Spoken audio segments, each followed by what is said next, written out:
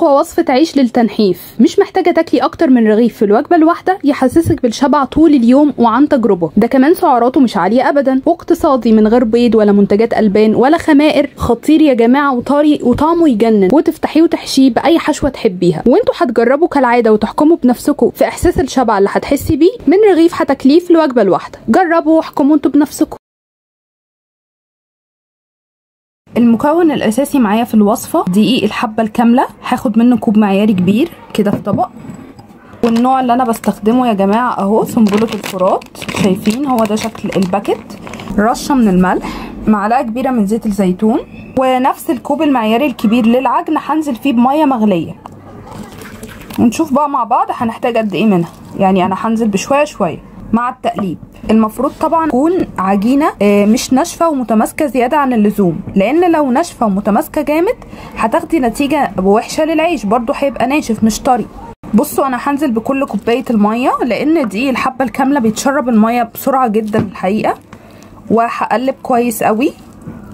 نفس الوصفه دي لو عايزه تستبدلي فيها دقيق الحبه الكامله بدقيق شعير برضو من بتاع شركه سنبله الفرات، تحفه، انصحكم جدا طبعا تعملوا كده. خلاص كده الميه انا شربتها للعجينه كلها اهو زي ما انتم شايفين. هسيبها بس تهدى شويه، وبعدين هرجع ابتدي اعجن فيها ونشوف قوام العجينه كمان وصل لايه. هسيبها بس شويه قبل ما تهدى من الميه السخنه، وبعدين هرجع لكم ونبتدي نعجنها شويه مع بعض. هاخد كده شويه من دقيق الحبه الكامله وانزل بالعجينه كلها بتاعتي، واحط عليها شويه برضو من الدقيق، ونبدا كده نجمعها ونعجن فيها شويه.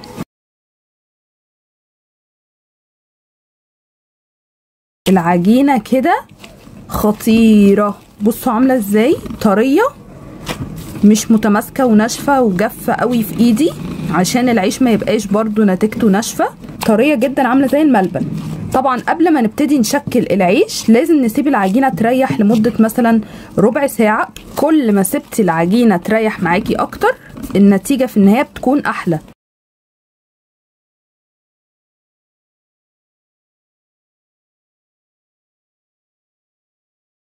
انا كده سبت العجينه ريحت حوالي ربع ساعه، يلا بينا نبدا في تشكيلها.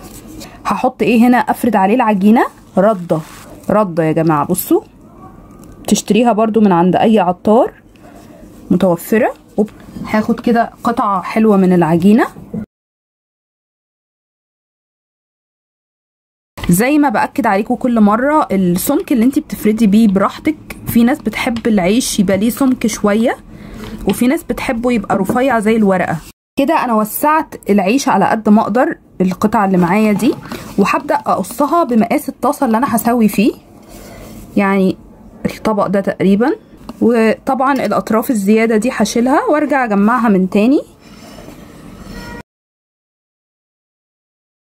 عايزه اوريكم سمك الرغيف اهو يا جماعه، شايفين كده. انا حطيت الطاسه بتاعتي للتسويه على النار. الطاسه تكون سخنه ودرجه الحراره متوسطه، ولا هاديه جدا ولا عاليه.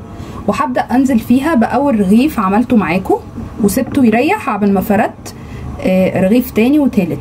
تمام، يعني بنسيب العيش يريح شويه. العيش ده ما بياخدش وقت خالص على النار، بيشم النار بيستوي.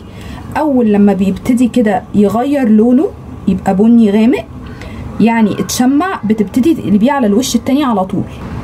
تمام كده هو اتشمع فعلا. هبدا اقلبه على الوش التاني بسم الله. ما بتسيبيهوش على ناحيه واحده فتره طويله، هو دي طريقه التسويه بتاعت العيش ده. وزي ما اتفقنا هو بيشم النار اصلا بيستوي، مش محتاج اصلا يقعد فتره كبيره على النار. وانتي بتسويه كده يعني هتلاحظي طبعا بيعمل فقاقيع كده من الهواء ما شاء الله.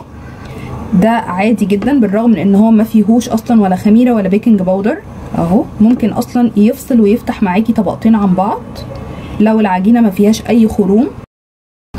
كده الرغيف ده خلاص استوى، مش هطول عليه اكتر من كده.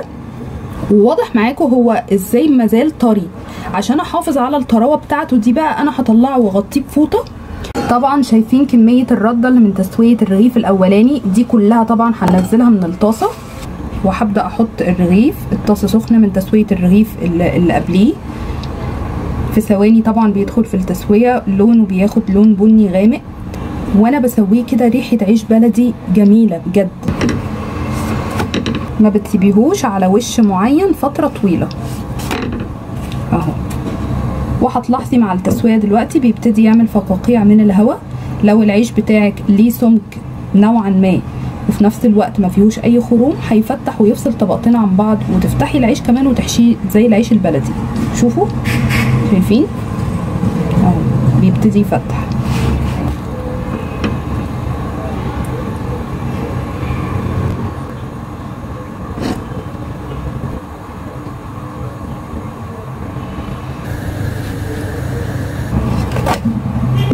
شايفين بسم الله ما شاء الله ده فصل طبقتين عن بعض تماما، خطير.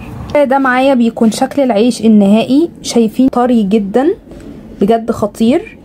الكميه اللي انا عاملاها دي طلعت لي تقريبا 5 ترغفه، حجمهم حلو جدا، يعني انتي مش محتاجه في الوجبه الواحده اكتر من رغيف علشان يحسسك بالشبع جنب كميه بروتين حلوه وخضار. عن تجربه العيش ده حلو قوي، مليان بالرده والالياف اللي بتدينا احساس بالشبع لساعات طويله. وما تقارنيهوش زي ما اتفقنا بالعيش اللي موجود في السوبر ماركت او الافران، لان ده انت اللي عاملاه بنفسك في البيت وعارفه انت مستخدمه ايه كويس قوي، ولا غشاه بقى بدقيق ابيض ولا غشاه بكاكاو علشان يغمق لونه. بصوا يا جماعه طراوه العيش بسم الله ما شاء الله خطير.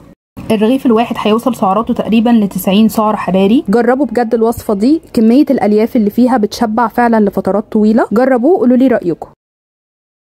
وخلوني دلوقتي افكركم بوصفه عيش دقيق القمح الكامل بالميه وبس. والله زي ما بقول لكم، ولا كان فيه بيض ولا كان فيه زيت في الوصفه ولا منتجات البان. بيطلع خطير يا جماعه، شبه كده عيش الكريب بالظبط، طري وجميل جدا.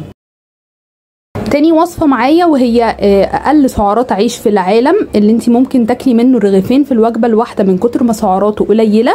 استخدمت هنا ميكس ما بين دقيق شعير وشوفان وحبة كاملة، من غير خميرة ولا بيكنج باودر، من غير اي مادة دهنية. طعمه برضو بيطلع خطير جدا وطري زي عيش الكريب برضو بالظبط. هسيب لكم لينك الطريقتين دول تحت في صندوق الوصف. لو مش بتعرفي توصلي لصندوق الوصف قوليلي في التعليقات عايزه انهي وصفه فيهم، وهبعتها لك لغايه عندك في لينك تدخلي وتتفرجي على الوصفه على طول. واشوفكم مع فيديو جديد يا احلى متابعين في الدنيا. مع الف سلامه.